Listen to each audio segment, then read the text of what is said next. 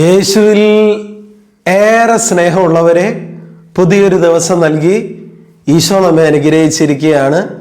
നല്ല ദൈവത്തിന് നമുക്ക് നന്ദി പറയാം. പ്രിയപ്പെട്ടവർ, ഇന്നേ ദിവസം നാം ധ്യാനിക്കുന്നത്, ചിന്തിക്കുന്നത് കുരിശിൻ്റെ വഴിയിലെ 3-ാം സ്ഥലമാണ്. നമുക്കറിയാം, ഈശോ മിശിഹ 1-ാം പ്രാവശ്യം വീഴുന്ന ഭാഗമാണ്. കുരിശോടുകൂടെ ഈശോ 1-ാം പ്രാവശ്യം വീഴുന്നു. കുരിശിൻ്റെ ഭാരവും ഈശോയുടെ ശരീരത്തിലെ അസ്വസ്ഥതകളും സഹിക്കാൻ വയ്യാതെ ഈശോ വീഴുകയാണ്.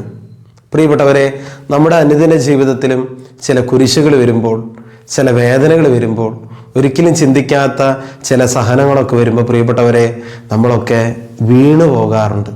ചിലപ്പോൾ ആ കുരിശിൻ്റെ ഭാരം, ആ സഹനത്തിൻ്റെ ഭാരം, വേദനയുടെ ഭാരം, സങ്കടത്തിൻ്റെ ഭാരം നമുക്ക് താങ്ങാൻ പറ്റാതെ വരാറുണ്ട്. അപ്പം നമ്മൾ അസ്വസ്ഥരാകും, ചിലർക്ക് നിരാശ വരും, സങ്കടപ്പെട്ടിരിക്കുന്നവരുണ്ട്, ഒറ്റപ്പെട്ടിരിക്കുന്നവരുണ്ട്. പ്രിയപ്പെട്ടവരെ, ഈശോ 1-ാം പ്രാവശ്യം കുരിശുമായിട്ട് വീഴുകയാണ്.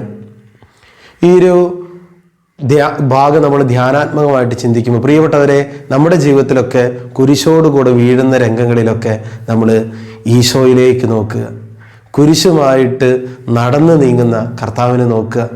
ആ വീഴ്ചയിൽ ഈശോ അവിടെ വീണ് കിടക്കുകയല്ല, വീണ്ടും എഴുന്നേൽക്കുകയാണ്. പ്രിയപ്പെട്ടവരെ, ഒരുപക്ഷെ നമ്മുടെ ആത്മീയ ജീവിതത്തിൽ ചിലപ്പോൾ ചില പാപങ്ങളിലൊക്കെ നമ്മൾ വീണു പോകാം. പക്ഷെ അവിടെ തന്നെ നമ്മൾ കിടക്കരുത്, വീണ്ടും എഴുന്നേൽക്കണം. ചില സഹനങ്ങളൊക്കെ വരുമ്പോൾ മാനുഷികമായിട്ട് നമുക്ക് വേദനയൊക്കെ ഉണ്ടാകാം, ഞെരുക്കം ഉണ്ടാകാം, നമ്മൾ വീണു പോകാം. പക്ഷെ നമ്മൾ അങ്ങനെ കിടക്കരുത്, നമ്മൾ ആ നിരാശയിൽ തന്നെ ഇരിക്കരുത്. നമ്മൾ വീണ്ടും പ്രത്യാശയോടുകൂടെ എഴുന്നേൽക്കണം. നമ്മുടെ കർത്താവ് ആ വീഴ്ചയിൽ നിന്ന് വീണ്ടും ശക്തിയോടെ എഴുന്നേറ്റ് വീണ്ടും കാൽവരിയിലേക്ക് നടക്കുന്ന പോലെ പ്രിയപ്പെട്ടവരെ നമുക്ക് നടക്കാനായിട്ട് സാധിക്കണം.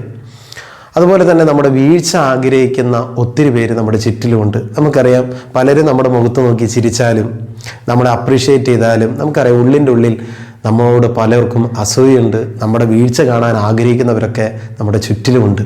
പ്രിയപ്പെട്ടവരെ, അങ്ങനെ ജീവിതത്തിൽ വീണു പോകുന്ന ഒത്തിരി ജീവിതങ്ങളുണ്ട്, കുടുംബങ്ങളുണ്ട്. പ്രിയപ്പെട്ടവരെ, വീണ് കിടക്കരുത്, നമ്മൾ എഴുന്നേൽക്കണം.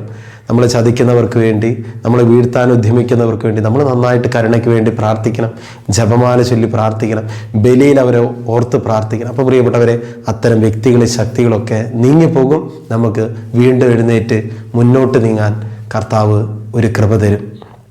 കുരിശിൻ്റെ വഴിയിലെ 3-ാം സ്ഥലം എന്ന് ധ്യാനിക്കുമ്പോൾ പ്രിയപ്പെട്ട മകനെ, മകളെ, ഒരുപക്ഷെ നീ ഇന്ന് വീണ് കിടക്കായിരിക്കും. എഴുന്നേൽക്കുക, കർത്താവിൻ്റെ കരം പിടിച്ച് മുന്നോട്ട് നടക്കുക, കൃപയ്ക്ക് വേണ്ടി പ്രാർത്ഥിക്കുക. നല്ല ഈശോയെ, ഈ സന്ദേശം കേട്ടുകൊണ്ടിരിക്കുന്ന ഓരോ മക്കളെയും ആശീർവദിച്ച് അനുഗ്രഹിക്കണമേ എന്ന് പ്രാർത്ഥിക്കുന്നു. വളരെ തളർച്ചയിലായിരിക്കുന്ന, വീണ് കിടക്കുന്ന, പല സാഹചര്യങ്ങളിൽ തളർന്നിരിക്കുന്ന മക്കളെ സമർപ്പിച്ച് പ്രാർത്ഥിക്കുന്നു. കർത്താവെ, ഞാൻ ഇന്ന് ആശീർവദിക്കുമ്പോൾ അവരുടെ ജീവിതത്തിൽ ബലം നൽകണമേ. യേശുവിൻ്റെ അധികാരമുള്ള നാമത്തിൽ അതിനായി ഇവരെ ഞാൻ ആശീർവദിച്ച് അനുഗ്രഹിക്കുന്നു, ഇപ്പോഴും എപ്പോഴും എന്നേക്കും. ആമേൻ.